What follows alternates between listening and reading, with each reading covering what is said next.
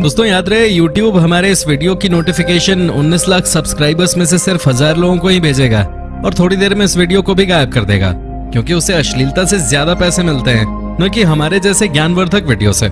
इसलिए अगर आप चाहते हैं कि हम और वीडियोस लाते रहें तो कृपया इसे इतना शेयर करें कि YouTube के मुंह पे तमाचा लग सके। दोस्तों, आपका बीच पे कभी न कभी जाना तो हुआ ही होगा। पानी की लहर के साथ बहते हुए कुछ न कुछ बीच पे आता रहता है। इसी दौरान अगर कभी तेज लहर उठे तो समुद्र की गहराई से भी कई चीजें बह के तट पे आ जाती हैं। वैसे तो आमतौर पे मछली या फिर कोई दूसरी समुद्री जीव ही लहरों के साथ बहते हुए बीच पे आती है, लेकिन कभी कभी ऐसा होता है कि अजीब चीजें भी बहते हुए बीच पे आ जाती हैं। इनमें से कई चीजें ऐसी होती है जिसे समझने के लिए रिसर्च तक की जरूरत पड़ती है। तो चलिए आज के इस वीडियो में समुद्र के तट पे बह के आने वाले 10 सबसे अजीब चीजों को देखते हैं। Number 10, Harley Davidson. सुनामी अपने साथ भारी तबाही लेके आता है और फिर ढेर सारा कचरा लेते हुए समुद्र में वापस चला जाता है। 2012 में ब्रिटिश कोलंबिया कनाडा में बीच पे एक हार्ले डेविडसन बाइक मिली। बाइक का रजिस्ट्रेशन नंबर जापान का था। लोगों को काफी हैरानी हुई कि आखिर जापान की बाइक कनाडा कैसे पहुंच गई। बाइक पर रिसर्च के बाद पता चला कि जापान में 2011 में आया सुनामी के बाद ये बाइक पैसिफिक ओशन में बह गई थी। ओशन में कई महीनों तक बहते हुए बाइक कनाडा पहुंच गई और फिर कनाडा पहुंचने के बाद बीच पे वापस आ गई।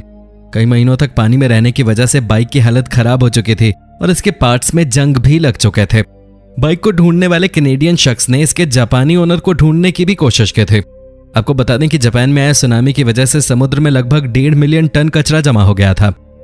Number 9, giant eyeball.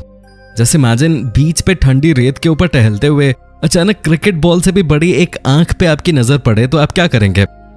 इतने बड़े आईबॉल को देखकर खौफ के साथ साथ हैरानी भी होगी। 2012 में ऐसा ही कुछ फ्लोरिडा के पॉम्पेनो बीच पे टहल रहे लोगों के साथ हुआ, जब उनकी नजर एक जायंट आईबॉल पे पड़ी। इस आईबॉल को देखते ही लोगों ने तुरंत पुलिस को इन्फॉर्म किया। पुलिस ने Florida fish and wild life conservation commission को इसके बारे में बताया। कमीशन की टीम स्टडी के लिए जायंट आईबॉल को अपने साथ ले गई। पहली नजर में रिसर्चर्स का कहना था कि यह आईबॉल जायंट स्क्विड का हो सकता है, क्योंकि जायंट स्क्विड की आंख दुनिया में सबसे बड़ी होती है। लेकिन यह आईबॉल चारों ओर से हड्डी से घिरा हुआ था, जबकि स्क्विड की आंख के चारों ओर सॉफ्ट टिश्यू होता है। रिसर्चर्स के लिए आईबॉल एक मिस्ट्री बन गई। ज्यादातर साइंटिस्ट का कहना था कि यह आईबॉल स्वॉर्ड फिश का हो सकता है। Number 8, massive driftwood. समुद्र के तट पे पेड़ का मिलना आम बात है। सुनामी और तूफान के दौरान पेड़ टूटकर समुद्र में चले जाते हैं और फिर बहते हुए बीच पे आ जाते हैं। 2010 में वॉशिंगटन के लापुश बीच पे पानी में बहता हुआ एक पेड़ समुद्र के तट पे आ गया। जैसे ही लोगों की नजर इस पेड़ पे पड़ी, उन्हें अपनी नजरों पे यकीन ही नहीं हुआ। ऐसा इसलिए हुआ क्योंकि पेड़ का साइज नॉर्मल पेड़ों के मुकाबले काफी बड़ा था। इसका डायमीटर लगभग 13 फीट और लंबाई 200 फीट थी। इस विशालकाय पेड़ को देखकर हैरान होना लाजमी है। यह पेड़ किसी भयंकर तूफान में टूटकर समुद्र में बह गया था और फिर तेज हवा और लहरों के साथ बहते हुए बीच पे आ गया। नंबर 7, सी ग्लास क्रीचर्स। जेलीफिश जैसा एक क्रीचर वाटर करंट और हवा के रुख के साथ ही ट्रैवल करता है और इसी का खामियाजा उन्हें भुगतना पड़ा जब खराब मौसम के कारण ये लाखों की संख्या में समुद्र तट पे आ गईं। 2015 में अचानक ही अमेरिका के कई बीचेस पे हजारों सी ग्लास क्रीचर्स मरे हुए पाए गए। एक साथ इतने सारे सी ग्लास क्रीचर्स को देखना वाकई हैरान करने वाला नजारा था। इस क्रीचर की लंबाई 6 सेंटीमीटर तक होती है। बॉडी का ऊपरी हिस्सा ट्रांसपेरेंट होता है, जबकि नीचे ब्लू रंग का खूबसूरत शेल होता है। इस शेल का आकार शिप जैसा होता है, जो लहर के साथ ट्रैवल करने में इनकी मदद करता है। शिप जैसे ब्लू शेल की वजह से इसे सेलर जेलीज भी कहते हैं। अनफॉर्चुनेटली खराब मौसम के कारण उठी तेज लहर और हवा की वजह से ये सभी बहते हुए बीच पे आ गईं और कभी वापस नहीं जा सकी। नंबर 6, लेगो ब्रिक्स। समुद्र से कचरा और मरे हुए जीव तो हमेशा बह के बाहर आते रहते हैं, लेकिन ब्रिटेन के कॉर्निश बीच पे बच्चों का फेवरेट लेगो ब्रिक बह के बाहर आता है। लेकिन एक बार ब्रिटेन के कॉर्निश बीच पे बच्चों के फेवरेट लेगो ब्रिक्स बह के बाहर आने लगे। 1997 में एक जहाज जापान से 4.8 मिलियन लेगो ब्रिक्स लेकर अमेरिका जा रहा था, लेकिन बीच समुद्र में मौसम खराब होने लगा और एक रेयर तूफान आ गया। ऐसा तूफान 100 साल में सिर्फ एक बार आता है। इस तूफान से बचने की कोई ट्रेनिंग किसी के पास नहीं थी। लेगो ब्रिक्स से भरा जहाज तूफान में फंस गया। ऊंची लहरों की वजह से जहाज एक साइड 60 डिग्री तक झुक गया और फिर दूसरी साइड 40 डिग्री तक झुका और इस दौरान लेगो ब्रिक्स का कंटेनर पानी में गिर गया। लाखों लेगो ब्रिक्स समुद्र में डूब गए, लेकिन शायद समुद्र में ईमानदारी कुछ ज्यादा ही है। जो भी लेता है धीरे धीरे लौटा देता है। कुछ सालों बाद कॉर्निश बीच पे लेगो ब्रिक्स बह के आने लगे। आए दिन सैकड़ों लेगो ब्रिक्स इस बीच पे देखे जा सकते हैं। आज भी तेज लहरें उठने पर लेगो ब्रिक्स बीच पे आ जाती हैं। नंबर 5, जायंट लेगो मैन। एक तरफ जहां कॉर्निश बीच पे लेगो ब्रिक्स बह के आ रही हैं, तो वहीं दूसरी तरफ फ्लोरिडा के सिएस्टा की बीच पे लेगो ब्रिक्स से बना जायंट लेगो मैन मिला है। 2011 में मॉर्निंग वॉक के दौरान जेफ हिंडमैन नाम के शख्स की नजर पानी में तैरते हुए इस जायंट लेगो मैन पे पड़ी। उन्होंने इसे बाहर निकाला और लोकल अथॉरिटी को भी इन्फॉर्म किया। इस लेगो मैन की लंबाई 8 फीट और वजन लगभग 100 पाउंड था। इसकी ऊपरी बॉडी पे एक message no real then you are लिखा हुआ था। ये जायंट लेगो मैन कहां से आया था और इसकी बॉडी पे लिखा मैसेज किस कैंपेन का हिस्सा था, इस बात की कोई जानकारी नहीं मिल सकी। इसे ढूंढने के बाद 90 दिन तक किसी की तरफ से कोई क्लेम नहीं मिलने के कारण ये जायंट लेगो मैन जेफ हिंडमैन को दे दिया गया। Number 4, world war II love letters. 2012 में न्यू जर्सी में वॉकिंग के दौरान 14 साल के पैट्रिक की नजर बीच पे पड़े एक बॉक्स पे पड़ी। जब पैट्रिक और उनकी मां ने बॉक्स को खोला तो उस बॉक्स से 57 खत मिले। ये सभी खत 1942 से 1948 के दौरान लिखे गए थे।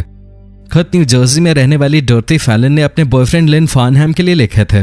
खत पढ़ने के बाद पैट्रिक की मां कैथरीन ने इसे इस पर लिखे एड्रेस तक पहुंचाने की कोशिश की, लेकिन जिस जगह का ये एड्रेस था वहां कोई मिला ही नहीं। ऑनलाइन कोशिश करने के बाद कैथलीन को पता चला कि फार्नहैम की 1991 में मौत हो चुकी है। कैथलीन ने इस खत की डिटेल्स एक वेबसाइट पे डाल दी। कुछ दिनों बाद फार्नहैम की भतीजी ने कैथलीन से कांटेक्ट किया और ये भी बताया कि खत लिखने वाली डोरथी फैलन अभी भी जिंदा हैं। कैथलीन ने ईमेल के जरिए सभी खत उन्हें भेज दिए। हालांकि ये खत समुद्र तक कैसे पहुंचा, इस बात का जवाब उन्हें नहीं मिला। Number 3, E.T. 2012 में मॉर्निंग वॉक के दौरान पानी में पड़े एक अजीब सी चीज पे लोगों की नजर पड़ी। लोगों को लगा शायद ये कोई मरा हुआ एलियन है। तुरंत पुलिस को इन्फॉर्म किया गया। पुलिस आई और जब उस मिस्टीरियस ऑब्जेक्ट को पानी से निकाला गया तो सभी हैरान रह गए। ये कोई एलियन नहीं बल्कि एलियन की प्लास्टिक की मूर्ति थे। E.T. फिल्म से इंस्पायर होकर एक महिला ने इस E.T. मॉडल को बनाया था, लेकिन कुछ महीने पहले E.T. उनके घर से चोरी हो गया। जब उस महिला को खबर मिली कि पुलिस को बीच पे एलियन जैसी कोई रेप्लिका मिली है, तब वो पुलिस स्टेशन गई।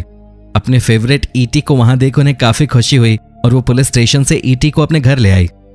Number 2, here is sea monster. Sea monster exist करता है या नहीं, इस पे लोगों की अलग अलग राय है, लेकिन 2018 में फिलीपींस के समुद्री तट पे मिले एक मिस्टीरियस क्रीचर की डेड बॉडी को देखकर कई लोगों का मानना है कि ये सी मॉन्स्टर हो सकता है।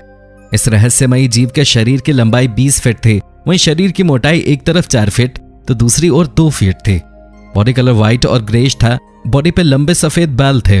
इससे काफी गंदी स्मेल आ रही थी और इसके बावजूद यहाँ इसे देखने के लिए लोगों की भीड़ जमा हो गई। लोग इसे सी मॉन्स्टर मान रहे थे। वहीं साइंटिस्ट का कहना है कि वेल की सड़ी हुई बॉडी हो सकती है। आगे की जांच के लिए इस बॉडी से सैंपल भी लिए गए। Number 1, conjoint dolphins.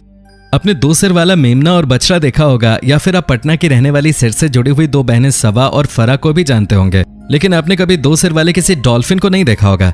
2014 में तुर्की में एक बीच पे 2 सिर वाली एक डॉल्फिन को देखा गया। अनफॉर्चुनेटली लोगों की नजर में आने से पहले ही उसकी मौत हो चुकी थी।